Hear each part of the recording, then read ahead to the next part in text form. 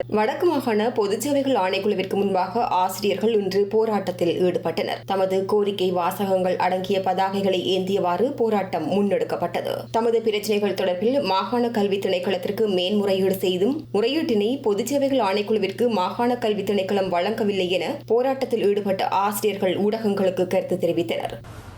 இதுவரைக்கும் நீங்கள் மாகாண பொதுச்சேவை குழுவுக்கு அனுப்பல அப்பீல். அப்படி என்று சொன்னால் இது வெறுமனே ஆசிரியர்களை கிள்ளுக்கீரிகளாக பயன்படுத்தி நாயிலும் கேவலமாக நடத்துகின்ற ஒரு தன்மை தான் இந்த செயற்பாடு இருக்கிறது. ஆகவே ஒன்றை மட்டும் புரிந்து கொள்ள வேண்டும். ஆசிரியர்களுக்கு செமினார்களையும் அதில் செமினார்களில் வச்சு அதுக்கு ஆசிரியர்களுக்கு உணவு கொடுப்பதென்ற பேரிலே பெருந்தொகை பணத்தை மோசடி செய்வது என்பது அது அவர்களுடைய வழக்கமாக இருக்கிறது திணைக்களத்தினுடைய. அப்படி மோசடி செய்வதற்காக நீங்கள் ஆசிரியர்களுக்கு கருத்தரங்குகளை நீங்கள் வைத்திருந்தாலும் கூட இந்த கருத்தரங்குகள் மூலமாக ஆசிரியர்கள் என்னத்தை பெற்றுக்கொள்ளப் போகிறார்கள்? ஆசிரியர்களுடைய உரிமைகளை நிலைநாட்டாமல், ஆசிரியர்களுடைய துன்பங்களை கருத்தில் எடுக்காமல், அவர்களுடைய சேவைகளை மதிக்காமல், இப்படி கண்மூடித்தனமாக வதைப்பதனூடாக சட்டவிரோதமாக செயற்படுவதனூடாக இந்த வடமாகாண கல்வி வளருமா? ஆகவே இந்த இடத்திலே ஒரு சமூகவியலாளர்கள், பொதுமக்கள், கல்வியலாளர்கள் சிந்திக்க வேண்டும். இங்கே வடமாகாணம் பின்னணியிலே இருப்பதற்கு காரணம் ஆசிரியர்கள் அல்ல, இங்கே இருக்கின்ற அதிகாரிகள், இங்கே இருக்கின்ற தலைமைத்துவத்தை வழங்குகின்றவர்கள் மட்டும்தான். ஆகவே இந்த அதிகாரிகள் காட்டுமிராண்டிகள் போன்று செயற்படுகின்ற இந்த அதிகாரிகளையும் இந்த ஆளுநரையும் மாற்றினாலே வடமாகாணம் ஓரளவுக்கு கல்வி நிலையிலே முன்னேறும் என்பதுதான் எங்களுடைய அபிப்பிராயமாக இருக்கிறது. இதே போக்கிலே போனால் இன்று கடைசி நிலையில் தான் இருக்கிறது. கடைசி நிலையில் இருக்கின்ற பொழுதும் கூட இன்று இருக்கின்ற வீத முறையில் விட படு மோசமான நிலைக்கு இந்த வடமாகாண கல்வி போக இருக்கின்றது. இந்த நிலையை உருவாக்குவது தான் இந்த தென்னிலங்கை அரச சக்தியினுடைய முகவராக இயங்குகின்ற வடமாகாண ஆளுநருடைய நிகழ்ச்சி நிரலும், வடமாகாண ஆளுநருக்கு உடந்தையாக செயற்படுகின்ற தங்களுடைய பதவிகளை தக்க வைக்கிறதுக்கு பாடுபடுகின்ற அதிகாரிகளுடைய நிகழ்ச்சி நிரலும் என்பதையும் இந்த வடமாகாண கல்வி சமூகம் விளங்கிக் கொள்ள வேண்டும் என்பதையும் இந்த இடத்திலே நாங்கள் விளங்கிக் கொள்ள விரும்புகின்றோம். வெளி மாவட்டத்திலே இருந்து வருகின்ற ஆசிரியர்களுக்கு இடமாற்றங்களுக்கு எதிரானவர்கள் அல்ல. ஆனால் இந்த இடமாற்றங்கள் ஒரு சரியான பொறிமுறையாக கொள்கை வகுப்பினூடாக பாரபட்சம் இல்லாமல், அரசியல் தலையீடு இல்லாமல் நியாயமான முறையில் நடக்க வேண்டும் என்பதுதான் எங்களுடைய ஒரு கோரிக்கை. போராட்டத்தை தொடர்ந்து ஆசிரியர் சங்கத்தைச் சேர்ந்த சிலர் வடமாகாண பொதுச்சேவைகள் ஆணைக்குழுவின் செயலாளர் ஆழ்வார்பிள்ளை ஸ்ரீயை சந்தித்திருந்தனர். தொடர்ந்து ஆசிரியர்கள் வடமாகாண ஆளுநர் அலுவலகத்திற்கு முன்பாகவும் போராட்டத்தில் ஈடுபட்டனர். தமது மேன்முறையீடு பரிசீலனை செய்யப்பட்டு தீர்வு வழங்கும் வரை தாம் தற்போது பணியாற்றும் பாடசாலையிலேயே பணியாற்ற அனுமதி வழங்குமாறும், அவ்வாறு அல்லாத சந்தர்ப்பத்தில் தமது போராட்டங்கள் பல்வேறு வடிவங்களில் தொடரும் எனவும் ஆசிரியர்கள் வலியுறுத்தினர்.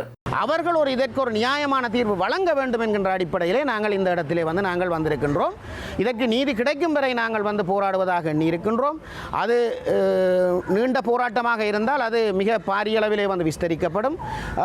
அந்த அடிப்படையிலே நாங்கள் இதை எங்களுக்கு நீதி கிடைக்கும் வரை நாங்கள் ஒரு கவனஈர்ப்பு முயற்சிகளில் ஈடுபட இருக்கின்றோம். அதேவேளை அனைத்து ஆசிரியர்களும் இந்த போராட்டத்தின் நிறைவிலே இங்கே போராட்டம் நடந்த பின்னர் நாங்கள் இலங்கை மனித உரிமை ஆணைக்குழுவிலும் தனித்தனியாக முறைப்பாடு செய்ய இருக்கின்றோம். இலங்கை ஆசிய சங்கம் முறைப்பாடு செய்திருக்கிறது. அதேவேளை தனித்தனியாகவும் முறைப்பாடு செய்திருக்கின்றோம். அதன் பின்னர் நாங்கள் தொடர்ச்சியான சட்ட ரீதியான செயற்பாடுகள் தொடர்பாகவும் நாங்கள் தீர்மானிப்போம். நான் 2007ஆம் ஆண்டிலிருந்து 2015 மட்டும் புங்குடுதீவில் இருக்கிற இருப்பட்டி சித்தி விநாயகர் பாடசாலையில் 8 வருஷமாக படிப்பிச்சேன். படிப்பிச்சுட்டு இங்கே நான் வெளி மாவட்ட சேவைக்கு ஒத்த சேவை தான் நாங்கள் இப்போ செய்திருக்கிறோம். அப்போ இவைய எங்களோட மேல்முறையீடுகளை பரிசீலித்தா புங்குடுதீவு எங்கே இருக்குன்றாவது தெரிஞ்சிருக்கும். அதில் இருப்பட்டி பாடசாலை ரோட்டோரமாக இருக்கா அல்லது ரோட்லேருந்து உள்ளுக்கு இருக்கா, இந்த டீச்சர்ஸ் இப்போவே அந்த பாடசாலைக்கு பஸ் மந்தகதியில் போய் வருதுன்னு சொன்னால் அந்த காலத்தில் இப்படி போய் வந்திருக்கும் என்று சொல்லி இவங்களுக்கு தெரிஞ்சிருக்கு. ரெண்டாவது விஷயம், எங்களோட ஒரு 5 பேர் நாங்கள் புங்குடுதீவிலேருந்து வெளியேறோம்னு சொன்னால் அதுலேயும் 2 பேருக்கு தான் இந்த வெளி மாவட்ட ட்ரான்ஸ்ஃபர் வந்திருக்கு. மிச்சம் 3 பேர் எங்கேன்னு தெரியாது. அப்போ செய்கிறோன்னு சொன்னால் எல்லாருக்கும் ஒரே சம்மனாக செய்வோம். அடுத்தது நாங்கள் 2 முறை இங்கே கேட்க போது எங்களோட மேன்முறையீடுகள் இங்கே வரையில இன்னும். இப்போ வரையல் என்று சொன்னால் இங்கே வந்தால் தான் எங்களுக்கு அதை பரிசீலித்து எங்களோட பிரச்சனை என்ன, இவ்வளோ நாங்கள்லாம் கஷ்ட பிரதேசம் வேலை செய்யணும், நாங்கள்லாம் அதிகஷ்ட பிரதேசம் வேலை செய்யணும், நாங்கள்லாம் வெளி மாவட்ட பிரதேசத்துக்கும் போகணும்னு சொன்னால் இதுவரைக்கும் செய்யாதாக்களுங்க அவங்கள பார்த்து இந்த வெளி மாவட்டத்துக்கு அனுப்பணும். மற்றது எங்களோட மேன்முறையீட்டுக்கு சரியான பதில் வரும்பட்ட நாங்கள் இந்த போராட்டத்தை தொடர்ந்து செய்வோம்னு சொல்லிக்கொண்டு விடைபெறும். நான் 2005 முதல் புங்குடுதீவு சுப்பிரமணிய மகளிர் வித்தியாலயத்தில் அப்பாயின்மெண்ட் எங்களுக்கு கிடச்சி நாங்கள் அங்கே வேலை செய்த நாங்கள் கிட்டத்தட்ட நான் 2012ஆம் ஆண்டு தான் திருப்பி இங்கே வந்தேன் 7 வருஷம் அங்கே வேலை செய்த நாங்கள் நான் திருமணம் ஆகிறதுக்கு முதல் அந்த பள்ளிக்கூடத்துக்கு போய் திருமணமாகி கரைக்கலாத நிலைமை சொல்லுவேன் எனது முதலாவது குழந்தை 5.5 மாதத்தில் அபோஷன் ஆகி இன்று வரையும் நான் குழந்தை இல்லாத ஒரு துப்பாக்கிய நிலைக்கு ஆளாகி வீட்டிலையும் சரி சமூகத்திலையும் சரி நான் சரியான ஒரு மன உளைச்சலுக்கு ஆளாகி இன்று வரை நான் வேலை செய்து கொண்டிருக்கிறேன். திருப்பியும் சொல்கிறேன், என்ன இந்த மன உளைச்சலோடு அங்கே போய் என்னால் வேலை செய்ய முடியாது சார். நான் இவ்வளோ இறைச்சல் பட்டுக்கொண்டு குடும்பத்திலையும் எனது கணவர் நானும் தான் இங்கே இருக்கிறேன். கணவருடைய அம்மாவையும் அப்பாவையும் நான் பார்க்குற ஒரு சூழலும் இருந்தது. அந்த நிலைமையும் அவைக்கு சுட்டி காட்டியும் சொல்லிச்சுன்னா விதானேட்ட நீங்கள் போய் துண்டு வண்டி கொண்டு தாங்கொண்டு அதுவும் செய்து கொடுத்த நாங்கள். ஆனால் எதுக்கும் ஒரு பதிலும் தராமல் திருப்பியும் 3ஆம் தடவையும் 4ஆம் தடவையும் எனக்கு இடமாற்றம் பேர் வந்திருக்குது. தயவு செய்து இந்த மேன்முறையீடுகளை பரிசீலனை செய்து எங்களுடைய இவ்வளோ டீச்சர்ஸும் எல்லாரும் அநேகமாக வன்னிக்கோத்த சேவையை செய்துட்டு நிற்கிறார்கள்லாம் இந்த டீச்சர்ஸ் ஆக்கள்.